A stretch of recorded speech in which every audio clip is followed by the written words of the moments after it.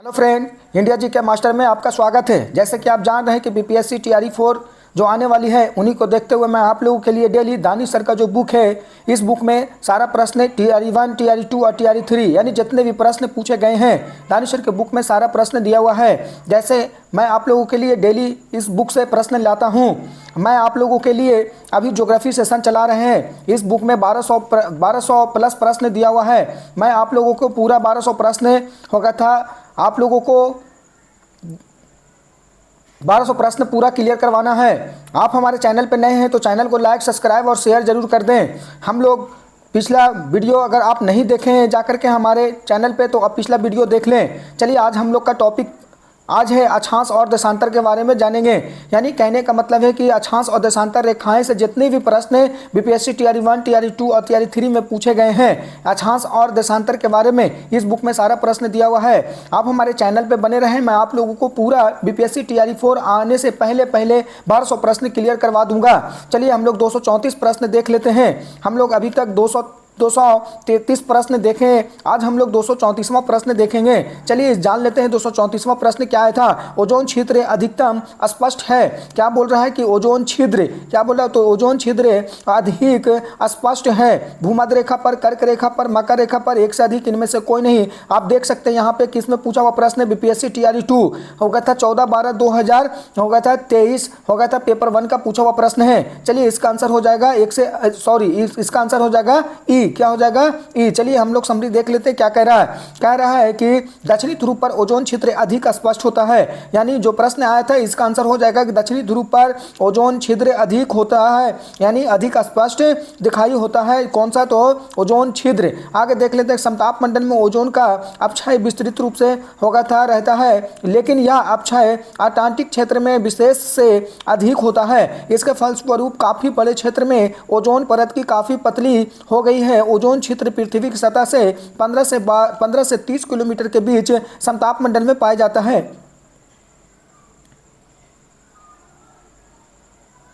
चलिए इसका देखिए प्रश्न बन करके कौन सा निकल कर आ रही है, मैं आप लोगों को बता देते हैं। जो प्रश्न आने वाले जो टीआरई 4 हैं यहाँ से प्रश्न बन करके हो सकता है कि आए। सबसे पहला प्रश्न तो मैं आप लोगों को बना करके बतला देते हैं। क्या है सबसे पहला कि ओजोन क्षेत्र पृथ्वी की सतह से कितनी है, तो याद रखिएगा 15 से कितना, तो 15 से 30 किलोमीटर तक ओजोन परत होगा था। ओजोन छिद्र का जो पृथ्वी की सतह से बीच की दूरी जो कहाँ है तो समताप मंडल में, याद रखिएगा। आपसे प्रश्न आएगा कि ओजोन परत कौन सा मंडल में है, तो समताप मंडल में पाया जाता है, याद रखिएगा। चलिए हम लोग देख लेते हैं 235वां प्रश्न क्या कह रहा है। कह रहा है ग्लोब पर 1 डिग्री के अंतराल पर खींची गई अक्षांश रेखा कितनी है। कह रहा है कि ग्लोब पर 1 डिग्री होगा था अंतराल पर खींची गई अक्षांश रेखाओं की संख्या कितनी है। 180, 178, 179, एक से अधिक इनमें से कोई नहीं। बीपीएससी टीआरई 2 2023 में पेपर 1 का पूछा हुआ प्रश्न है। चलिए इसका आंसर हो जाएगा सी। क्या हो जाएगा तो 179, याद रखिएगा कितना तो 179। प्रश्न फिर से पढ़ करके बतला देते हैं। ग्लोब पर 1 डिग्री का अंतराल पर खींची गई अक्षांश रेखा कितनी होती है, तो याद रखिएगा 179। चलिए इसका हम लोग देख लेते हैं समरी क्या कह रहा है। कह रहा है कि 1 डिग्री का अंतराल पर अक्षांश रेखाओं की उत्तरी गोलार्ध में गुलाब पर होगा तो कुल संख्या 89 होती है, याद रखिएगा। तो क्या कह रहा है कि 1 डिग्री का अंतराल पर अक्षांश रेखाओं की उत्तरी गोलार्ध पर कौन सी, तो उत्तरी गोलार्ध पर कुल संख्या भी 89। इसी प्रकार के दक्षिणी गोलार्ध में ग्लोब की कुल संख्या पर कितनी, तो 89 होगा। तो इस प्रकार ग्लोब के एक अक्षांश के अंतराल के कुल रेखाओं की संख्या 179 हो जाएगा। 179 में होगा तो 0 अक्षांश और भूमध्य रेखा भी शामिल है, याद रखिएगा।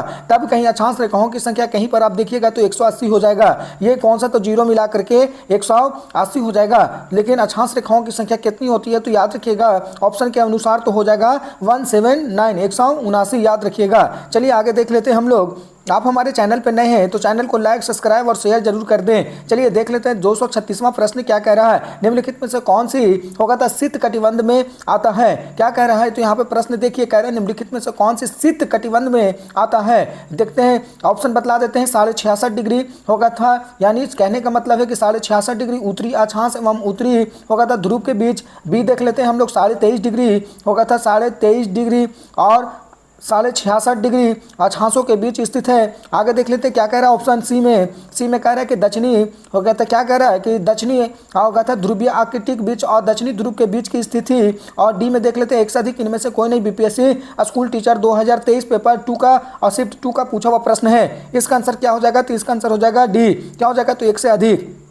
देख लेते हैं समरी क्या कह रहा है। कह रहा है कि शीत कटिबंध पेटी का विस्तार, क्या कह रहा है कि तो शीत कटिबंध यानी पेटी का विस्तार 66.5 डिग्री से 90 डिग्री के बीच दोनों गोलार्धों में होती है, याद रखिएगा। होगा तो उत्तरी गोलार्ध में उत्तरी ध्रुव यानी वृत्त और होगा था उत्तरी ध्रुव तथा दक्षिणी ध्रुव के वृत्त और दक्षिणी ध्रुव के बीच के क्षेत्र में ठंडा होगा था बहुत होता है, क्योंकि यह सूर्य की होगा था क्षैतिज होगा था से ज़्यादा ऊपर नहीं आ पाता है, इसलिए शीत कटिबंध कहते हैं, याद रखिएगा। मैं आप लोगों को बतला देते हैं कि शीत कटिबंध की पेटी का विस्तार कितना है, तो याद रखिएगा 66.5 डिग्री से होगा था 90 डिग्री के बीच के कौन सा गोलार्ध? तो दोनों गोलार्ध, यानी एक है उत्तरी गोलार्ध और दूसरी है दक्षिणी गोलार्ध, याद रखिएगा। चलिए 237वां प्रश्न देख लेते हैं। 237वां प्रश्न क्या कह रहा है? यदि ग्रीनविच, और इस बुक में एक खासियत है कि इंग्लिश और हिंदी दोनों है, इंग्लिश वाले भी छात्र देख सकते हैं बीपीएससी टीआरई 4 के जो तैयारी कर रहे हैं। चलिए 237वां प्रश्न देख लेते हैं क्या कह रहा है। यदि ग्रीनविच में दोपहर 12 बजे होगा तो ग्रीनविच के पूर्व में होगा था क्या समय होगा?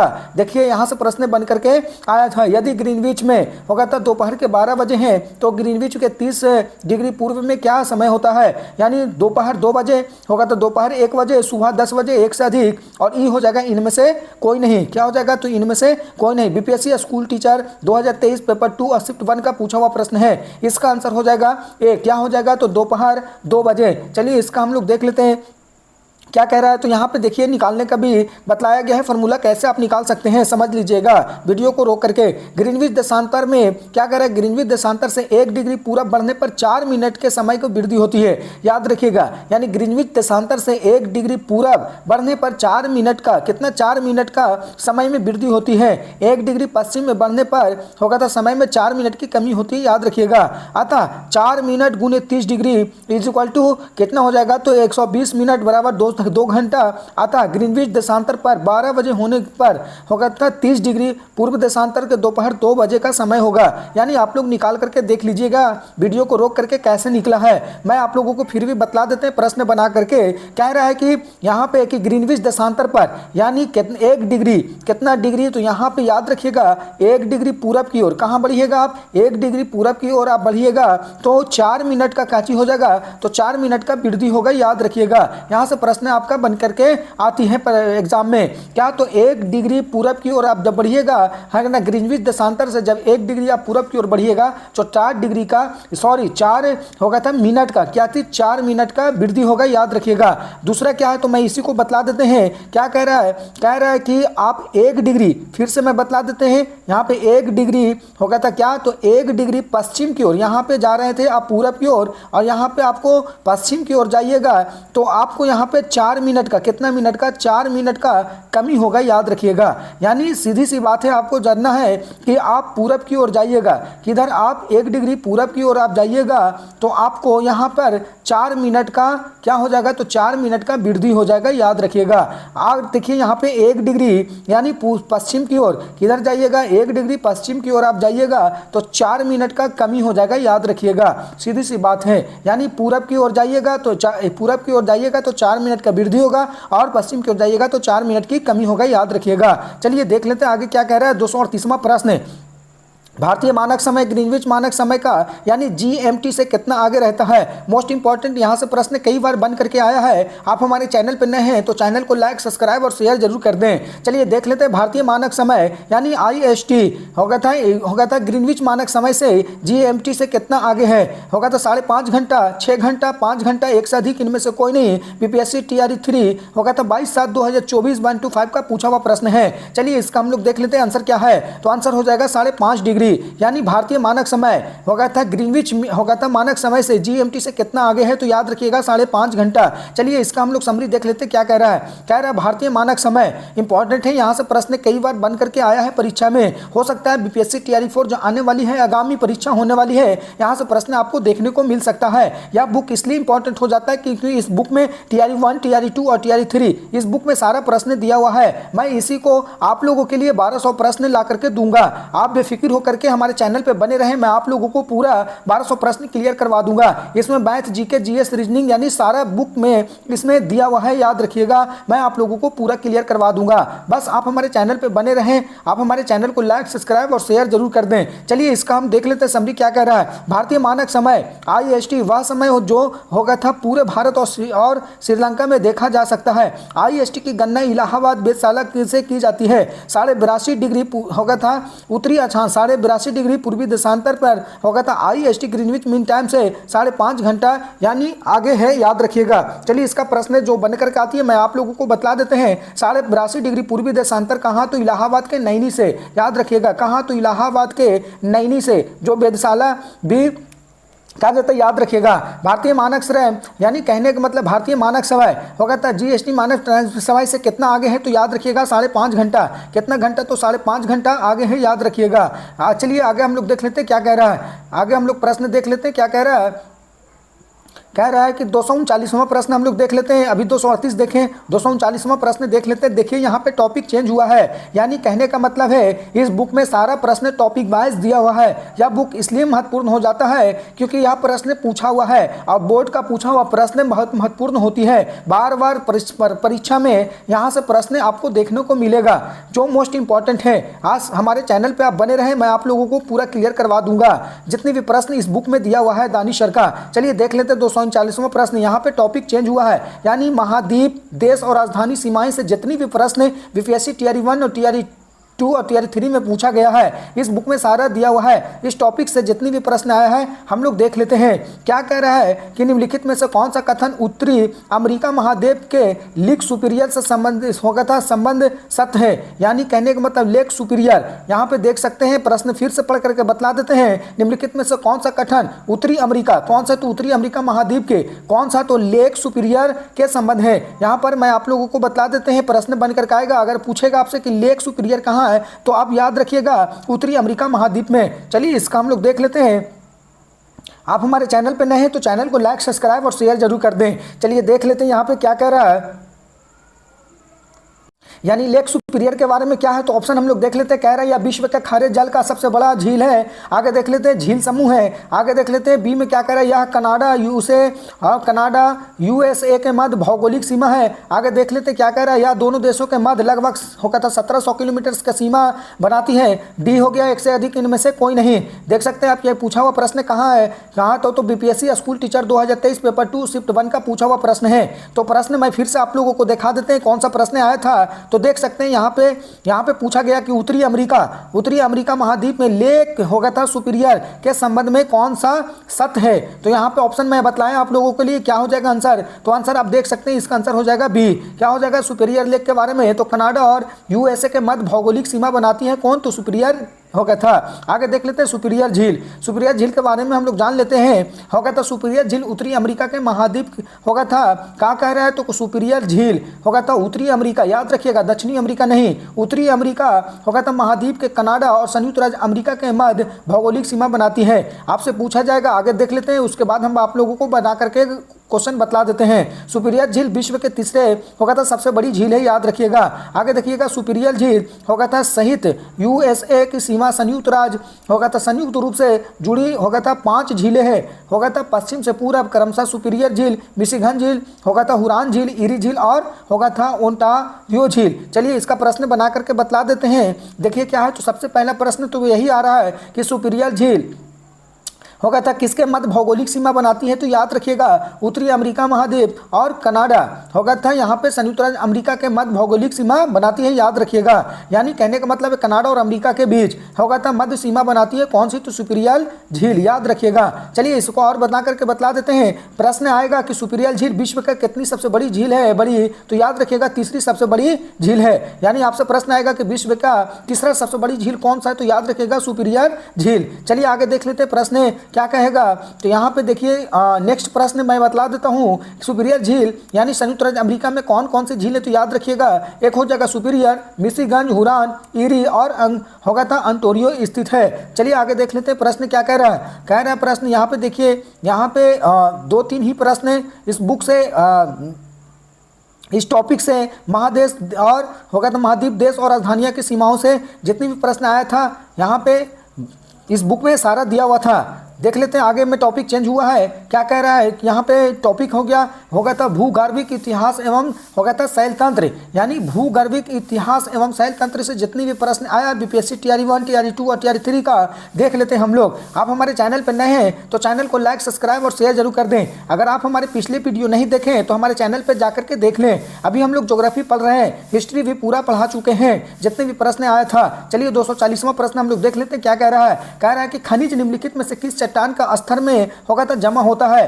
कह रहा है खनिज निम्नलिखित में से किस स्थान के स्तर में जमा होता है। अवसादी चट्टान होगा था, रूपांतरित चट्टान, अग्नायत चट्टान, एक से अधिक इनमें से कोई नहीं। बीपीएससी होगा था टीआरई 2 18/12/2023 पेपर 3 का पूछा हुआ प्रश्न है। चलिए इसका आंसर देख लेते हैं क्या है। इसका आंसर हो जाएगा ए। क्या हो जाएगा तो अवसादी चट्टान में। प्रश्न फिर से बतला देते हैं, खनिज निम्नलिखित में से किस चट्टान के स्तर में जमा होता है, तो याद रखिएगा अवसादी चट्टान में इसका आंसर है। चलिए देख लेते हैं समझी क्या कह रहा है। कह रहा है खनिज अक्सर तलछटी चट्टानों की परत या परतों में जमा होगा था और संचित होता है। याद रखिएगा कहाँ, तो खनिज अक्सर तलछटी चट्टान की परतों या परतों पे जमा संचित होती है। तलछटी चट्टान पृथ्वी के सतह पर और जल निकायों के भीतर खनिज होगा था कार्बनिक होगा था कणों के संचय होगा था संघनन बनाती है। इस चट्टान में आमतौर पर चूना पत्थर जैसे खनिजों की महत्वपूर्ण मात्रा होती है, जो मुख्य रूप से होगा था कैल्शियम कार्बोनेट होगा था से बना होता है। बलुआ पत्थर जिसमें क्वार्टज और अन्य खनिज होते हैं। या आप देखिए यहाँ से प्रश्न बन करके आता है, कह रहा है कि चट्टानों में यानी चट्टानों में जैसे चूना पत्थर, और यहाँ पे चूना पत्थर में क्या होता है तो याद रखिएगा कैल्शियम कार्बोनेट। चलिए आगे देख लेते हैं प्रश्न क्या कह रहा है। 241वां प्रश्न हम लोग देख लेते हैं, शैल जिसमें जीवाश्म पाए जाते हैं। प्रश्न आया था होगा था शैल जिसमें जीवाश्म पाए जाते हैं। होगा था अवसादी शैल में, एकांतरिक शैल में, अग्नायत शैल में, एक से अधिक इनमें से कोई नहीं। बीपीएससी टीआरई 2 14/12/2023 पेपर 1 का पूछा हुआ प्रश्न है। चलिए इसका आंसर हो जाएगा ए, अवसादी शैल में। आप हमारे चैनल पर नए हैं तो चैनल को लाइक, सब्सक्राइब और शेयर जरूर कर दें। चलिए इसका हम लोग देख लेते हैं समझी क्या कह रहा है। चट्टानों के पूर्ण हो गया था, क्या कह रहा है कि चट्टानों के हो गया था चूर्ण होकर के हो गया था नीचे जमा होते जाने के ही अवसादी शैल के निर्माण करता है। याद रखिएगा यानी चट्टानों के हो गया था चूर्ण होकर के नीचे जमा होते हुए जाने से ही अवसादी शैल का निर्माण होता है। इसकी रचना परतों के रूप में होने के कारण इसे हो गया था परतदार शैल भी कहते हैं। यानी कहने का मतलब है कि इसे आपसे प्रश्न आ जाएगा कि परतदार चट्टान होगा था यानी शैल जीवाश्म को किस चट्टान के नाम से जाना जाता है, तो याद रखिएगा परतदार चट्टान के भी नाम से जाना जाता है। आगे देखिए अधिकतर जीवाश्म एवं खनिज तेल इसी प्रकार की चट्टानों से पाए जाते हैं। संपूर्ण पृष्ठ का यानी 75% भाग अवसादी शैल का विस्तृत है, याद रखिएगा। चलिए आगे देख लेते हैं, यहाँ से टॉपिक चेंज हुआ है, यानी पर्वत और पठार और मरुस्थल से जितनी भी प्रश्न आया है इस बुक में दिया हुआ है। आप देख लीजिएगा बीपीएससी टीआरई 1 और टीआरई 3 यानी इस बुक में सारा प्रश्न दिया हुआ है। जो आने वाले आगामी टीआरई 4 के जो परीक्षा होने वाली है इसके लिए यह बुक बहुत महत्वपूर्ण हो जाती है दानिश सर का। चलिए हम लोग देख लेते हैं क्या कह रहा है। 242वां प्रश्न यानी पर्वत पठार और मरुस्थल से जो प्रश्न आया था हम लोग देख लेते हैं। निम्नलिखित में से कौन सा होगा था युवा वलित पर्वत नहीं है। ऑप्शन देख लीजिए क्या कह रहा है, तो यहाँ पे अरावली, एंडीज होगा था अल्पस, एक से अधिक, और हो जाएगा इनमें से कोई नहीं। क्या हो जाएगा तो इनमें से कोई नहीं। तो इसका आंसर आप बतलाइएगा, इनमें से कोई नहीं। क्या देखिए कहाँ पूछा हुआ प्रश्न है, तो बीपीएससी टीआरई 2 9/12/2023 पेपर 2 का पूछा हुआ प्रश्न है। इसका आंसर हो जाएगा एक से अधिक। क्या हो जाएगा तो इसका आंसर हो जाएगा एक से अधिक। क्या था यहाँ पे, तो निम्नलिखित में से कौन सा युवा वलित पर्वत नहीं है। चलिए हम लोग समरी देख लेते हैं क्या कह रहा है। यहाँ पे देखिए कह रहा है उपयुक्त विकल्पों में से एंडीज पर्वत, क्या बोल रहा है कि उपयुक्त होगा था विकल्पों में से एंडीज पर्वत को छोड़ करके अरावली और होगा था अल्पेशियन दोनों ही युवा वलित पर्वत नहीं है, याद रखिएगा। होगा था यूराल पर्वत और अरावली पर्वतमाला होगा था अपलेशियन होगा था पुराने वलित पर्वत के उदाहरण हैं। जबकि चट्टानों से पृथ्वी के आंतरिक शक्तियों के कारण मोर या होगा था वलन पर्वत पहाड़ उसे वलित मुर्दार पर्वत कहते हैं। यहाँ से देखिए प्रश्न बना करके बतला देते हैं। आपसे प्रश्न आएगा कि सबसे पुरानी पर्वत कौन सी है, तो याद रखिएगा अरावली पर्वत। अरावली पर्वत कहाँ पड़ता है, तो राजस्थान में, याद रखिएगा। आगे देखिए यहाँ पे क्या है, तो कह रहा है कि होगा था नवीन वलित पर्वत कौन सा है, याद रखिएगा ये प्रश्न भी आता है। नवीन वलित पर्वत किसको कहते हैं, तो हिमालय को याद रखिएगा, हिमालय को नवीन वलित पर्वत कहा जाता है, याद रखिएगा। चलिए 243वां प्रश्न देख लेते हैं क्या कह रहा है। कह रहा है कि दक्षिण होगा था प्रायद्वीपीय उच्च भूमि का भाग है। क्या कह रहा है कि दक्षिण होगा था प्रायद्वीपीय उच्च भूमि का भाग है। गोंडवाना होगा था लैंड, लॉरेंसियन लैंड होगा था अंटार्कटिका महाद्वीप, एक से अधिक इनमें से कोई नहीं। बीपीएससी स्कूल टीचर 2023 पेपर 4 का पूछा हुआ प्रश्न है। इसका आंसर हो जाएगा ए, गोंडवाना लैंड। क्या है, तो दक्षिणी प्रायद्वीपीय उच्च भूमि का भाग है गोंडवाना लैंड। क्या हो जाएगा, तो गोंडवाना लैंड, गोंडवाना लैंड हो जाएगा। क्या हो जाएगा, तो गोंडवाना लैंड। चलिए इसका हम लोग देख लेते हैं, दक्षिणी प्रायद्वीपीय गोंडवाना लैंड। चलिए इसका हम लोग देख लेते हैं समरी क्या कह रहा है। कह रहा है कि दक्षिणी प्रायद्वीपीय उच्च भूमि, दक्षिणी प्रायद्वीपीय क्या कह रहा है, दक्षिणी प्रायद्वीपीय उच्च भूमि गोंडवाना लैंड का भाग है, याद रखिएगा। यहाँ पे क्या कह रहा है कि दक्षिणी प्रायद्वीपीय उच्च भूमि गोंडवाना लैंड का भाग है। गोंडवाना लैंड एक बृहद होगा था महाद्वीप होगा था जिसका अस्तित्व होगा था नव प्रागजीवन महाकाल से लेकर के जुरासिक काल तक होगा था। यह पैंजियन तथा दक्षिणी भाग और उत्तरी भाग को लॉरेंसिया भी कहा जाता है। देखिए ये बीपीएससी जो बिहार लोकसभा आयोग जो परीक्षा लेते हैं वो बीपीएससी के तर्ज पर जितनी भी प्रश्न आते हैं इसी से पूछा हुआ प्रश्न है। आप देख सकते हैं, आप अगर अच्छे से आप तैयारी नहीं कीजिएगा तो बीपीएससी टीआरई 4 जो आने वाले हैं इसी तरह से प्रश्न आपको देखने को मिलता है। इसी तरह से आप अनुभव लगा सकते हैं कि कैसा प्रश्न आएगा।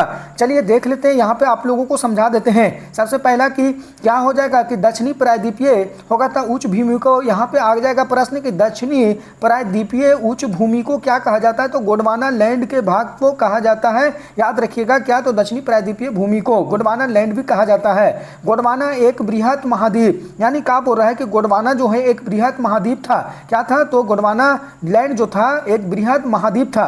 आगे याद देखिए यहाँ पे रखिएगा कि जिसका अस्तित्व यानी नव प्रागजीव होगा था महाकाल से लेकर के जुरासिक काल तक, यानी कहने का मतलब है कि गोंडवाना लैंड जो है किस काल का होगा था तो याद रखिएगा। यहाँ से प्रश्न आएगा कि गोंडवाना लैंड किस काल से होगा था संबंधित था, तो याद रखिएगा नव पर होगा था प्रागजीव महाकाल से लेकर के जुरासिक काल तक, तथा पैंजियन तथा दक्षिणी भाग तथा यहाँ पे याद रखिएगा पैंजिया का दक्षिणी भाग था, यह पैंजिया का दक्षिणी भाग था, याद रखिएगा।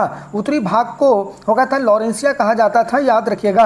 यानी कहने का मतलब है उत्तरी भाग को क्या कहा जाता था, तो लॉरेंसिया कहा जाता था, याद रखिएगा। चलिए आगे देख लेते हैं 234वां प्रश्न देख लेते हैं हम लोग। क्या कह रहा है, 244वां प्रश्न हम लोग देख लेते हैं। कह रहा है कि रेगिस्तान में पाए जाने वाले जानवरों को क्या कहा जाता है, याद रखिएगा। देखिए यहाँ पे प्रश्न आया है कि रेगिस्तानों में पाए जाने वाले जानवरों को क्या कहा जाता है, होगा था देख लेते हैं। ऑप्शन में डेटरस्लिक्स कोर्स कहा जाता है, होगा था डेटरमिलिया कहा जाता है, डेटरलिमिन्स कहा जाता है, एक से अधिक इनमें से कोई नहीं। बीपीएससी टीआरई 3 20/7/2024 125 का पूछा हुआ प्रश्न है। आप हमारे चैनल पर नए हैं तो चैनल को लाइक सब्सक्राइब और शेयर जरूर कर दें ताकि आप लोगों को मैं वीडियो डालूं तो साथ समय सूचना मिल जाए। चलिए देख लेते हैं, इसका आंसर हो जाएगा ए। क्या हो जाएगा, होगा था डेजर्टिकोल्स। क्या हो जाएगा, डेजर्टिकोल्स। चलिए इसका हम लोग समरी देख लेते हैं क्या कह रहा है। रेगिस्तान के क्षेत्र में पाए जाने वाले जानवरों को डेजर्टिकोल्स कहा जाता है। आगे देख लेते हैं, यह जानवर रेगिस्तान की कठोर परिस्थितियों में होगा था जीवित रहने के लिए अनुकूलित है। आगे देखिए, जहाँ पानी की कमी होती है और तापमान अत्यधिक हो सकता है, रेगिस्तानी जानवरों को उदाहरण में ऊंट जैसे आप देख सकते हैं। यानी कहने का मतलब है कि रेगिस्तानी जानवरों को उदाहरण में कौन सा होगा, तो ऊंट को रेगिस्तानी देखिए, और लोमड़ी, यानी ऊंट और रेगिस्तानी लोमड़ी, सरीसृप और कीड़े की विभिन्न प्रजातियां शामिल है। अगर आपको प्रश्न आ जाए कि आप बतलाइएगा राजस्थान में होगा था जानवरें कौन कौन सी रह सकते हैं, तो याद रखिएगा राजस्थानी जानवरों को उदाहरण में कौन सा आएगा, तो एक हो जाएगा ऊंट, दूसरा हो जाएगा राजस्थानी लोमड़ी, तीसरा हो जाएगा सरीसृप और चौथा हो जाएगा कीड़े को विभिन्न प्रजातियां शामिल होती है राजस्थानी में। चलिए देख लेते हैं 245वां प्रश्न क्या कह रहा है। 245वां प्रश्न है, पर्वत चोटियों पर पाई जाने वाली चट्टान होगा था सतह को क्या कहा जाता है। यानी कहने का मतलब है प्रश्न यहाँ पे कि पर्वत चोटियों पर पाई जाने वाली होगा था चट्टानी सतह को क्या कहा जाता है, होगा था फेल्सन मेयर, होगा था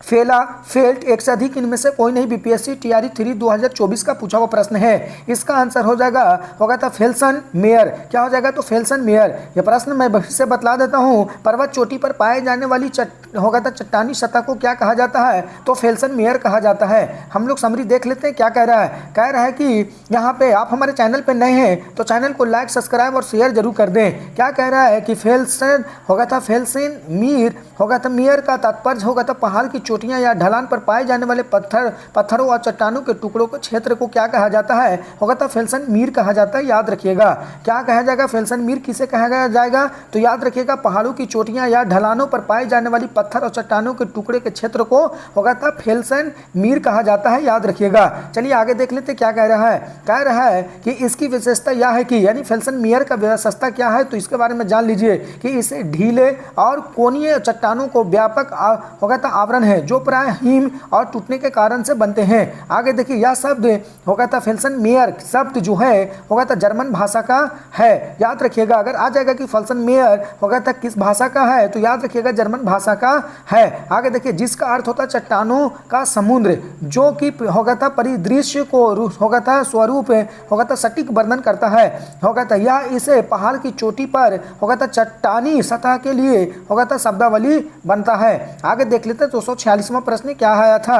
चलिए 246वां प्रश्न हम लोग देख लेते हैं। आप हमारे चैनल पर नए हैं तो चैनल को लाइक, सब्सक्राइब और शेयर जरूर कर दें। चलिए देख लेते हैं। कह रहा है कि सहारा किस प्रकार की रेगिस्तान है। यहाँ पे प्रश्न 246वां है कि सहारा किस प्रकार का रेगिस्तान है? ठंडा, गर्म, नरम, एक से अधिक इनमें से कोई नहीं। बीपीएससी टीआरई 3 2024 का पूछा हुआ प्रश्न है। चलिए इसका आंसर देख लेते हैं क्या कह रहा है। इसका आंसर हो जाएगा बी। क्या हो जाएगा? तो इसका आंसर हो जाएगा बी।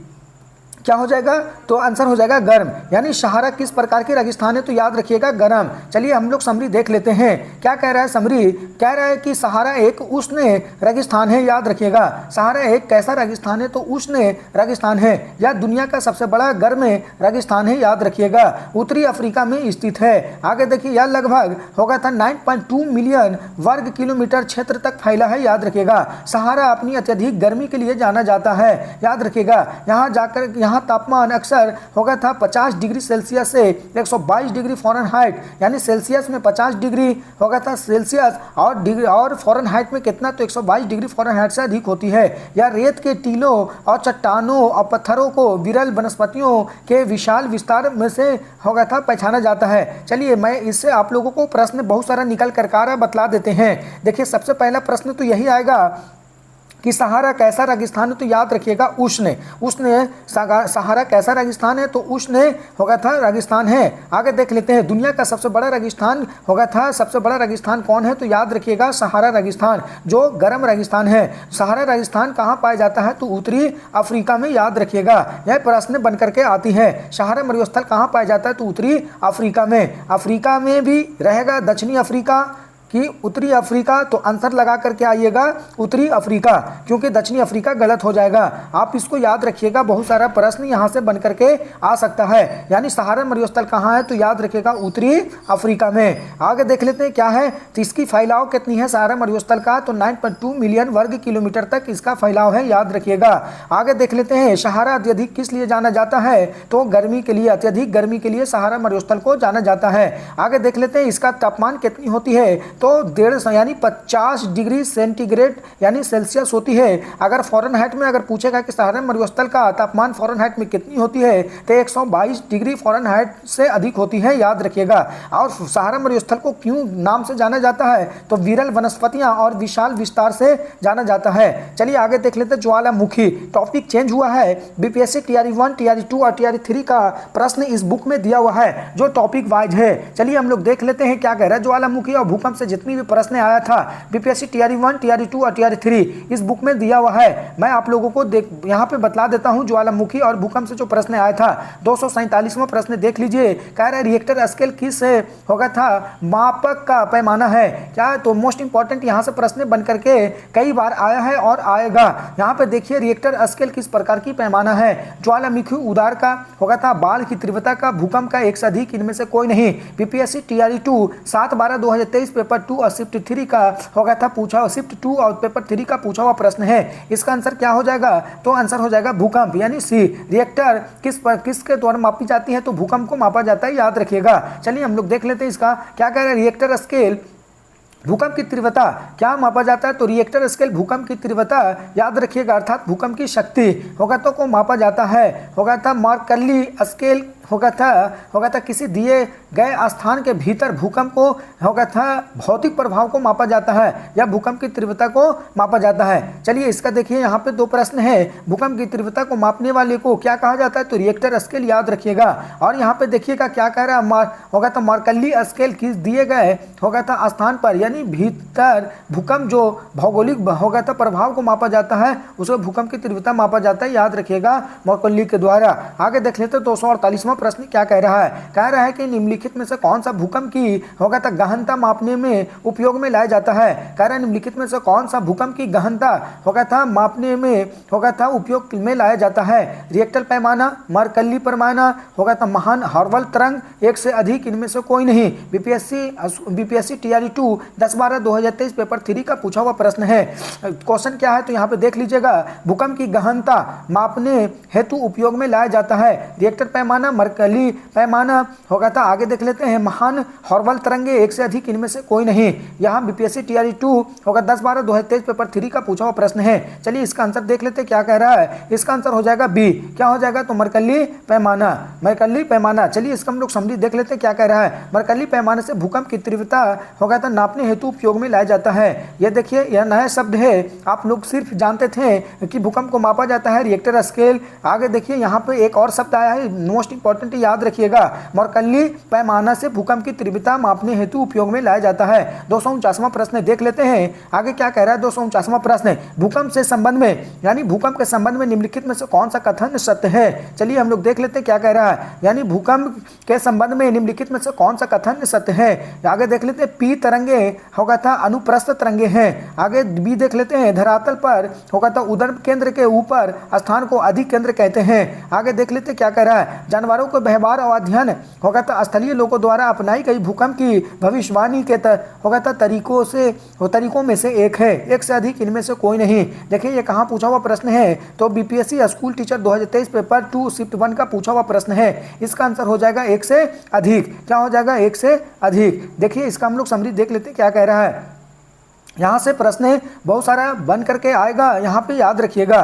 देख लेते हैं क्या कह रहा है कि भूकंप के तरंगों के धरातल पर उदर्भ के ऊपर के स्थानों को अधिक केंद्र कहते हैं। आपसे पूछेगा कि अधिक केंद्र किसको कहते हैं? तो देख लीजिएगा भूकंप के तरंग को धरातल पर उद्गम केंद्र, यानी उद्गम जो केंद्र होते हैं, जो ऊपर वाला स्थान होता है, उसी को क्या बोलते हैं? अधिक केंद्र कहते हैं। भूकंप की भविष्यवाणी के अध्ययन में होगा था जानवरों के व्यवहार का अध्ययन एक कारगर उपाय है। यानी जानवर का जो हलचल होती है तो हम लोग उसको पहचान सकते हैं कि भूकंप की होगा था झटका आई थी। आगे देख लेते हैं जिसे स्थानीय लोगों और मुख्यतः जनजातियों एवं पहाड़ी वासियों द्वारा अपनाया जाता है। आगे देख भूकंप के होगा तो दौरान मुख्य रूप से 3 प्रकार की तरंगे उत्पन्न होती है। तरंग के बारे में प्रश्न आता है बीपीएससी टीआरई 4 जो आने वाली है, हो सकता है कि यहाँ से प्रश्न आप लोगों को आ सकता है। तरंग के बारे में यहाँ से भूकंप के बारे में आती है। चलिए पहला हम लोग देख लेते हैं प्राथमिक अथवा अनुदैर्ध्य तरंग, यानी हम लोग देखते हैं प्राथमिक अथवा अनुदैर्ध्य तरंग, यानी इसमें पी तरंगे भी कहा जाता है, याद रखिएगा।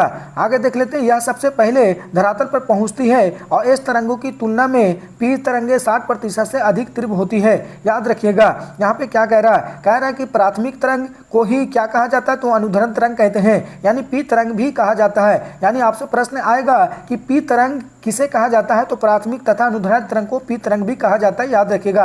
यह सबसे पहले धरातल पर पहुंचती है, यानी आपसे पूछेगा प्रश्न कि कौन सी होगा तो भूकंप तरंगे धरातल पर पहुंचती है, तो पी तरंगे, याद रखिएगा। आगे देख लेते हैं एस तरंगों की तुलना में पी तरंगे 60% अधिक होती है, यानी एस से ज़्यादा क्या होता है? तो कौन सा?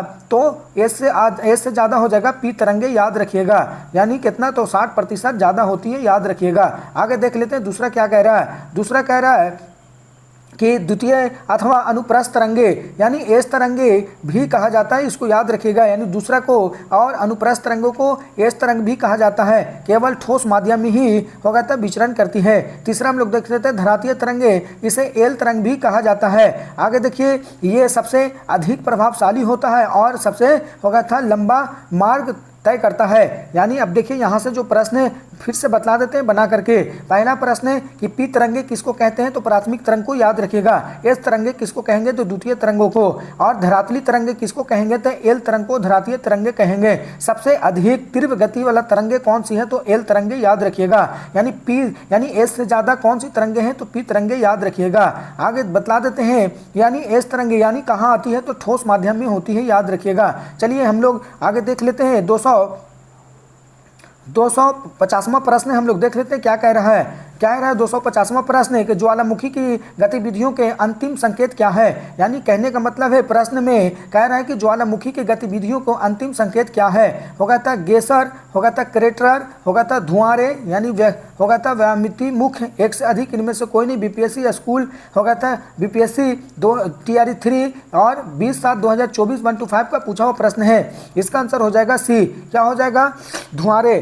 चलिए इसका देख लेते हैं समझी क्या कह रहा है। धुआंरे वलित होगा था वाति मुख्य, यानी ज्वालामुखी के सक्रिय के अंतिम संकेत में एक है। ज्वालामुखी के अंदर या उसके पास छिद्र होते हैं, होगा था जिसे गर्म होगा था गैस निकलती है। यह गैस तब निकलती है तब सतह के नीचे होगा था मैग्मा होगा था ठोस होकर के ठोस हो जाता है, तो ज्वालामुखी क्रियाएं अंतिम चरण को दर्शाता है। ज्वालामुखी के अंदर उसके होगा था पास के छिद्र होते हैं जिसके गर्म गैस निकलती है। यह गैस तब निकलती है जब होगा था सतह से नीचे होगा था मैग्मा ठंडा होकर के ठोस हो जाता है, तो ज्वालामुखी होगा था क्रिया के अंतिम चरण दर्शाता है। चलिए आज के लिए यहाँ तक ही प्रश्न को हम समाप्त करते हैं। 250 प्रश्न अभी तक हम लोग देख चुके हैं, यानी 1 से लेकर के 250 प्रश्न हम लोग कर चुके हैं। आप हमारे पिछले वीडियो नहीं देखें तो जा करके देख लें, हिस्ट्री और ज्योग्राफी दोनों को मिल जाएगा। अभी हम लोग ज्योग्राफी का सेशन चला रहे हैं, जो हिस्ट्री पूरा कर चुके थे। 250 प्रश्न हम लोग कर चुके हैं, यानी 1200 प्रश्न हम लोग को देखना है। बीपीएससी TRE 4 आने से पहले हम लोग 1200 प्रश्न पूरा कर लेंगे। चलिए आज के लिए वीडियो यहाँ तक ही समाप्त करते हैं। आप हमारे पिछले वीडियो नहीं देखें तो जा करके देख लें। हमारे चैनल को लाइक, सब्सक्राइब और शेयर जरूर कर दें। चलिए आज के लिए वीडियो समाप्त करते हैं। आज के लिए धन्यवाद।